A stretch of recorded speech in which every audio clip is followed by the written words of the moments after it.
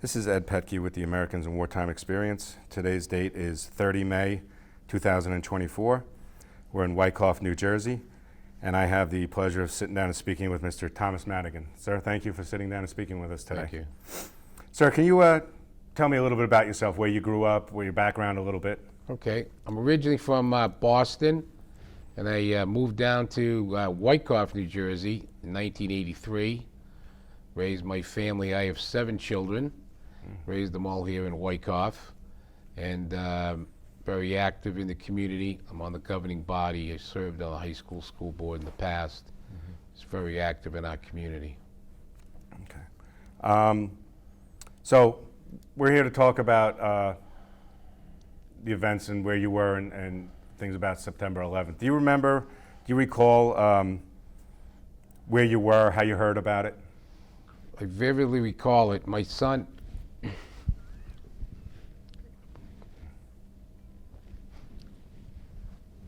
I vividly remember my son Michael had been in a serious car accident that Sunday, the 9th.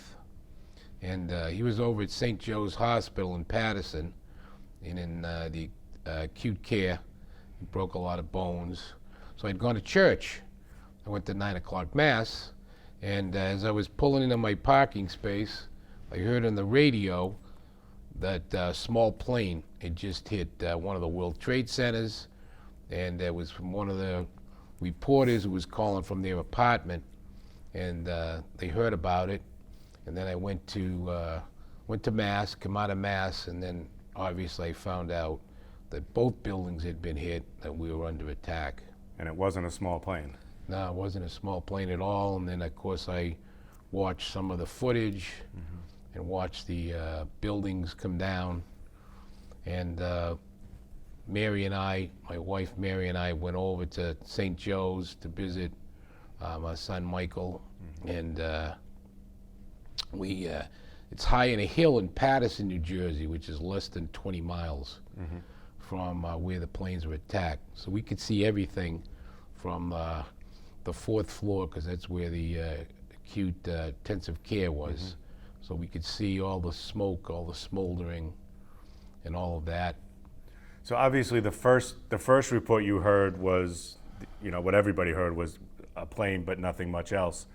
Coming out of church, then you realize it's different. What was your first thought about for the first report that you heard? What was your initial reaction to that? I think my initial reaction was disbelief. What's going on? What's happening? Is it only the Trade Center? Is there other areas of the country that's under attack? There's many people from this area that are friends of mine that work down in the Wall Street area. And ironically, there was 11 people from Wyckoff that were killed that day. And I believe all but one were parishioners at St. Elizabeth's Church, where I go to church. And I knew people personally that didn't come home. Did you initially believe that it was an attack, or did you initially think it was just a bad accident? Well, once I heard the 2 building and then heard what was going on down in Washington with the Pentagon, it was easy to put it all together, that it was clearly that we were under some sort of attack by some sort of group of terrorists. How'd that make you feel? It was pretty sad. It was frightening. It was terrifying. I know people, friends of mine that were there that day, that walked away from the building, and they sent them over the Brooklyn Bridge to get out of the area, and they shared with us later that how terrified they were, because they didn't know they'd look up. They didn't know, would they get hit? Was something else going on? Were they vulnerable? Being able to see it from a pretty good distance across the river, what goes through your mind when you see Lower Manhattan essentially in flames? Well, don't forget, this is America, greatest country there is. We're very close to New York City. You're thinking about, family. I got a son here at the hospital. Coincidentally, my older daughter was a nurse at NYU in Manhattan that day.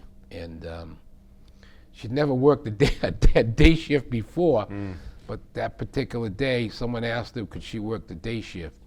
So she was at NYU, that was one of the centers that they were going to bring survivors. And actually, they set up a temporary morgue right beside NYU. So she was in the midst of it. So she was receiving victims. So, no, there were no victims. Well, They anticipated receiving people. yeah. Nobody came, which was also similar. Me here in New Jersey, they cleared out the hospital because they thought people would be coming. But yeah. One of the things that we think about, much like other significant historical events, is there's a before that day, life before that day, and life after that day. There's, life before September 11th, and then life after September 11th. What can you kind of talk about the dynamic about around here in this area, life before and life after? Well, life before was you pretty much did whatever you wanted to do. You weren't in fear. You weren't worried about security. You didn't have all these extra metal detectors and all these security posts. You could come and go to ball games really without worrying about much of anything. Now, of course, everything's changed. Not only schools, but private organizations, baseball games, football games, even traveling on airplanes. I did a lot of traveling in business, so I would always cut it really close to get to the airport, where you can't do that anymore. At the time that it happened, did the magnitude of how it was going to eventually be perceived and actually become, did the magnitude of what had happened, how long did it take before that kind of set in as far as your thinking about the event, the magnitude of the event itself? Well, I think instantly you knew that things were going to change forever. But as I mentioned, there was, several people from St. Elizabeth's that had passed away. And of course, their funerals were stretched out over several weeks. That, when they came to terms that either they were found or they weren't coming home. That, so you constantly, locally here, it was in everybody's mind. And we lived it because our neighbors were there. So I'm originally from Boston, as I said, but I had gone to Boston for a wedding in October, and it was just, they were like kind of divorced from it, where we were so immersed in the whole event, particularly with friends and neighbors, because it happened right here.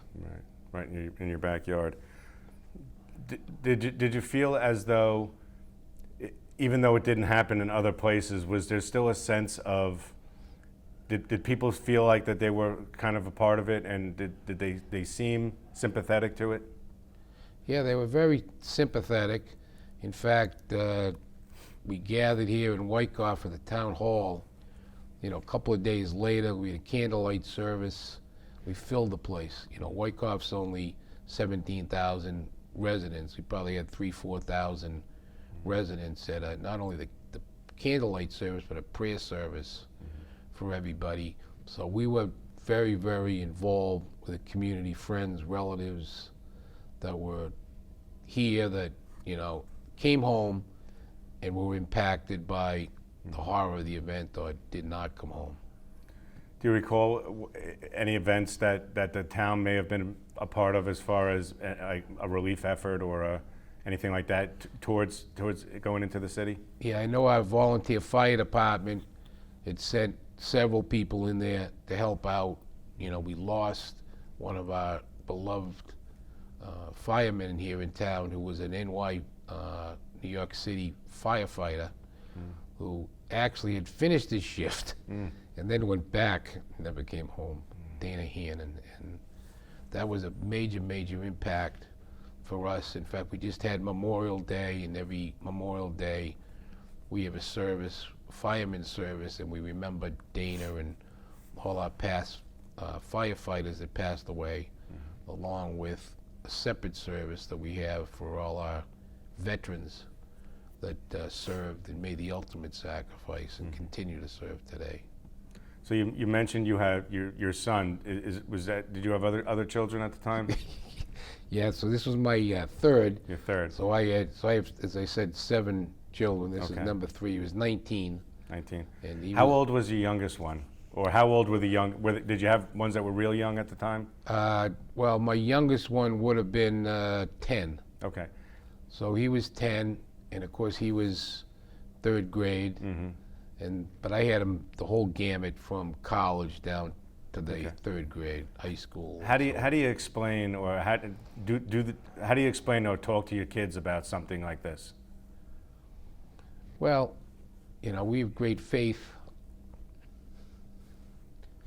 in our family, and we're focused. On one hand, we're focused on my son Michael, who was in bad shape over at St. Joe's Hospital with broken arms, broken legs, and then he was fixed up, patched up, and then he went to rehab, and he was in the next room from a woman in town who lost her husband. So we got to see her each and every day for the next couple of weeks. And she was actually on the phone with her husband that morning. He was in the 2nd building. And they were talking, and she was concerned what was going on. He told her, don't worry about it. It's the other building, we're fine. And of course, he never came home.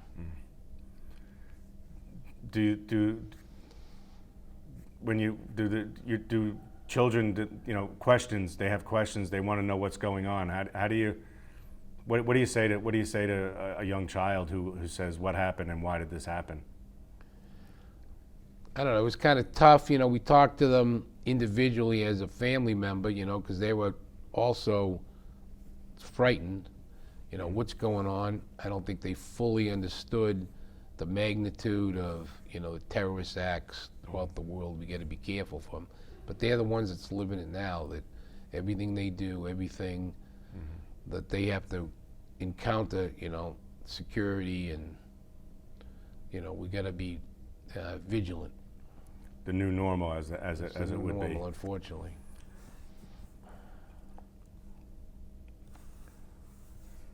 How do you think that day has changed you? I think it's changed me, and I think it's changed all Americans. I'm getting emotional now. I get emotional because I'm thinking about the people that aren't with us. That aren't with us today, and not seeing their spouses, their children, their family members. So count our blessings. It really is. I didn't know it was going to get so emotional. Even I'm surprised. It's an emotional topic. It's hard not to. Very emotional. After that day, and in the years subsequent to that, the popular saying was "never forget," and it still is. Do you feel like that's still relevant, or you think is it still remembered as it should be? Do you think people have forgotten? Well, I think that people my age and people, in their 30s, 40s, 50s, and up, remember that day and pay reverence to those that lost their lives. First time we've ever been attacked. I'm a little disappointed that some of our schools don't hold. Fortunately, our high school holds a service every year at 10 minutes of 9 to commemorate those that lost their lives. Unfortunately, our grammar schools don't really bring it up, and what I've heard is they say, well, those kids weren't here then. Well, I think you need to remember history, and you need to remember those people that were, under attack the first time. I mean, I grew up in the 60s and, constantly remembered, Pearl Harbor and World War II and all the other events, and that was part of what you learned in school. I think you have to learn it in school. I think it's important that we all pay homage to those that perished that day. And more importantly, for the kids who weren't born then, because they don't remember it, they should be taught it. Right. That's what I think. Mm-hmm.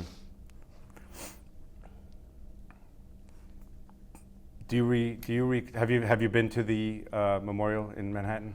Yeah, I was there a few years ago, and in fact, it was kind of ironic. I had buddies of mine from Boston come down. We came down for a weekend. This is probably 6 years ago, and as we get out of the train station, we immediately went right over to the memorial there, and randomly picked the corner of the memorial, and I looked down, and there was Dana Hannon's name, right from Wyckoff.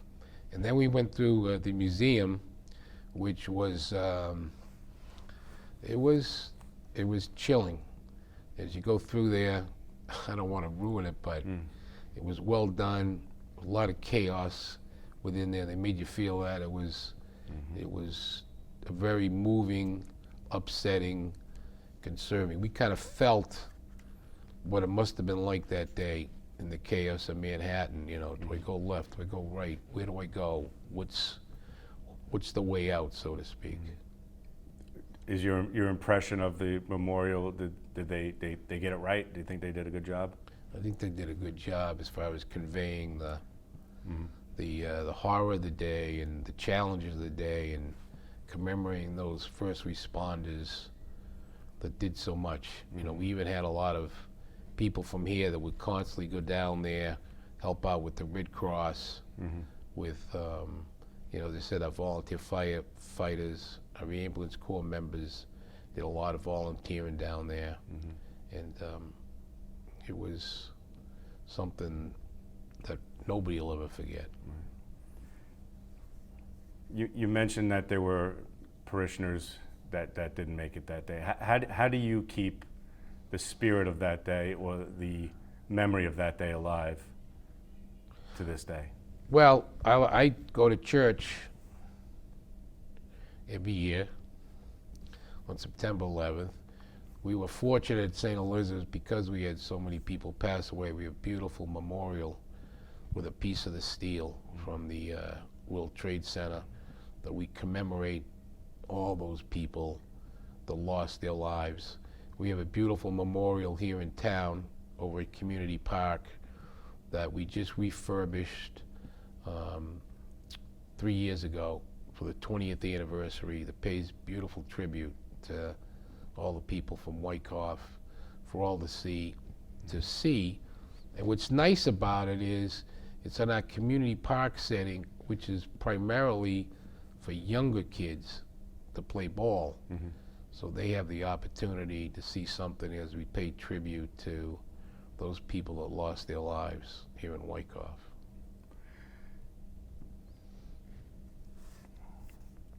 Do you do they have annual remembrances in the town here?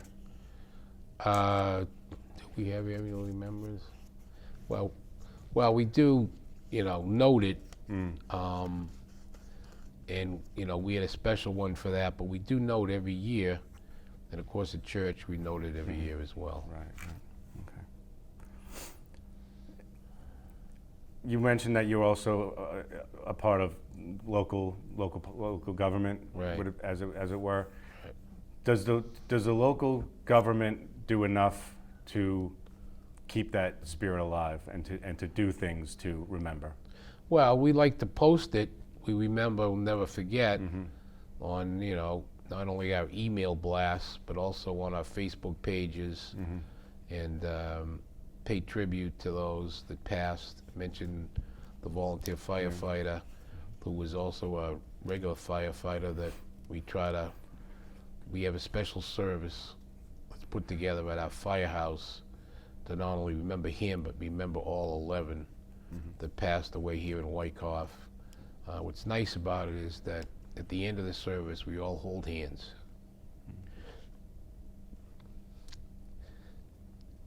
So at the end of the service, we all hold hands and sing "God Bless America," because we are the greatest country there is. What would you tell somebody years from now, maybe generations from now, What was the feeling that day, and how has the country changed, or what has become of us since that day? Or how has that day changed us as a country? Well, I think one thing, we lived it.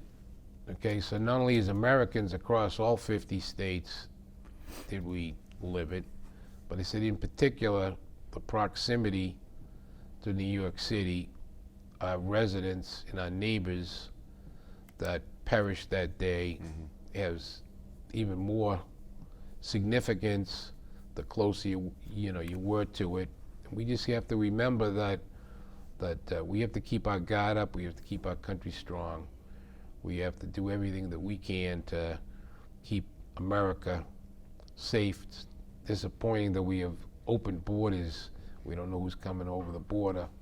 I just don't understand it. Most people don't understand it, why we would ever, not have people. I've traveled extensively overseas, and you need so much documentation, and no other country will let that happen. So I don't understand why we're letting our guard down, and we just got to continue to be vigilant and do everything we can to protect all of us. Do you remember how, after that happened, what was your thoughts about how the country came together as? Did you feel like the country came together as one after that? And how did that make you feel? I think it was a testimony to the backbone and the character of Americans, because we all came together. If you remember, they closed the airports. They were closed for 7 to 10 days. I know I have a friend that I worked with that he was coming from Mexico, was forced to land in Dallas. They landed all the planes. I know guys around trade shows in Vegas. They ended up, renting vehicles to get home because everything was closed across the land. But again, Americans really came together. I thought our president did a spectacular job, George Bush, spectacular job. As you know, he came to New York. He kind of, as he stood in the pile, he said, we will never let this happen. We will, get those that were involved. And there was just a renewed, enthusiastic patriotism that came across our country, which I think we could use more of. Amen. So being in the area that we're in now, there are at least 3 major airports close by, being in New York and in New Jersey here. So you're used to, I'm sure, seeing planes and hearing planes constantly. So that day when everything's grounded, what's it like to not hear or see a plane for, a bit of time? Well, I remember the day, everyone says the same thing. There was no clouds in the sky, the bluest sky going. It was just a picture-perfect day that went on for, after the planes were grounded. There was no activity. Everyone was, standstill. Fortunately, we focused on those that were hurt, those that lost their lives and their families. But it was quite a shift. Sure was. Is there anything else that you want to document today that we haven't spoken about, or I didn't ask you? There's only one other thing that I mentioned. My daughter, who was working at NYU, she worked the day shift. The only time she'd worked the day shift, of course, she was in the children's wing, so they shut the TVs off because they were young children, and she extended her shift because of logistics and everything. And as she went to go home at 10:30 at night, she got all the way up to the George Washington Bridge. But they closed the George Washington Bridge, which means you're not coming to New Jersey, you're staying in New York. So she went back to the hospital, stayed there. Well, she called us, stayed there overnight, and she was really learning about everything happening at 10:30, 11 at night, what really transpired that day. And she never worked another day shift after that either, so it was kind of ironic, So having her perspective of, obviously she didn't know what was going on. Well, she knew something had happened, Right. but wasn't getting the information that you did. What was her perspective as a younger person in Manhattan when that happened? Do you recall what her feelings were? Well, she was in fear. Even though she was in the hospital, she had to be strong for those younger patients that were under her care. They obviously told her what had happened, but as far as the details and knowing bridges were closed, but it did impact her. At that time, she didn't have any children. She now has 3 children, and how it impacts her and her family, and how helpless they felt. Yeah. They thought people were gonna come, triage center, helping them out, and that was a similar thing over in Patterson at St. Joe's Hospital, where they cleared everything out. In other hospitals, they thought people were gonna come, nobody came. Just not understanding at the time just how serious and significant and major and bad it was. Correct, right. Even though the buildings came down, unless you're on the peripheral, you just didn't survive it. And that seemed to be what my understanding. The sentiment was that it was helplessness. It was. Yeah, total. You were like. You don't know what happened. You don't know why it happened. You don't know what's going to happen next, and chaos. Correct. It was total chaos, total uncertainty. Day to day. What's going to happen next? What's the involvement? And it was just a very, very difficult time for all of us here, not only in this area but across the country. How important is it, in your opinion, to keep this day in the forefront, to teach the kids, to actually have it be in the schools? How important is that? I think it's very important. I think we need to tell people the history. History is very, very important to all. We learn from history. We don't want to repeat history. So not only be vigilant. Now, to them, it's the new normal, as we've said. The new normal. But you have to know the background, what happened, what they did. Planes that left Newark Airport, which is right here. One of the planes that left Boston. And what they did and how they planned and killed those people that were heroes in Pennsylvania. And that brought that plane down to save lives, thinking of not themselves, but their fellow Americans. Amen. Is there anything else you'd like to talk about that day? I don't think so. I didn't think I'd get so emotional. I'm surprised. I do get a little emotional, but usually not that emotional. You having flashbacks, you know what I mean? Mm-hmm. It's like you're remembering every detail. You remember the It's hard not to. You remember the parking space I pulled into a church. Isn't that crazy? It's one of those things where, it's such a significant, I don't know of anybody who would be of the age an adult age that doesn't remember Right. where they were, Right. what they were doing, who they were with. Right. It's one of those things that is etched in your brain and your mind, and probably will be for the rest of our lives. Right. Yeah, it was like JFK's assassination, '63. Everybody remembers exactly where they were. The JFK landing on the moon. Landing on the moon. That's Pearl how- Harbor. Yeah, This right, was, I remember. in a lot of respects, this is called the Pearl Harbor of our generation. Right. Brought us into a war, attacked on our soil. Do you feel that is an accurate comparison? I think it's very accurate. First time that we were ever attacked unprovoked was at Pearl Harbor, and here we go. These 60 years later, and we're under attack. America was under attack, and I think we're just fortunate that more people didn't perish. Correct. Amen. Well, sir, on behalf of the Americans in Wartime Experience, I'd like to thank you for sitting down and speaking with me today. It's been a pleasure. Thank you very much. God bless.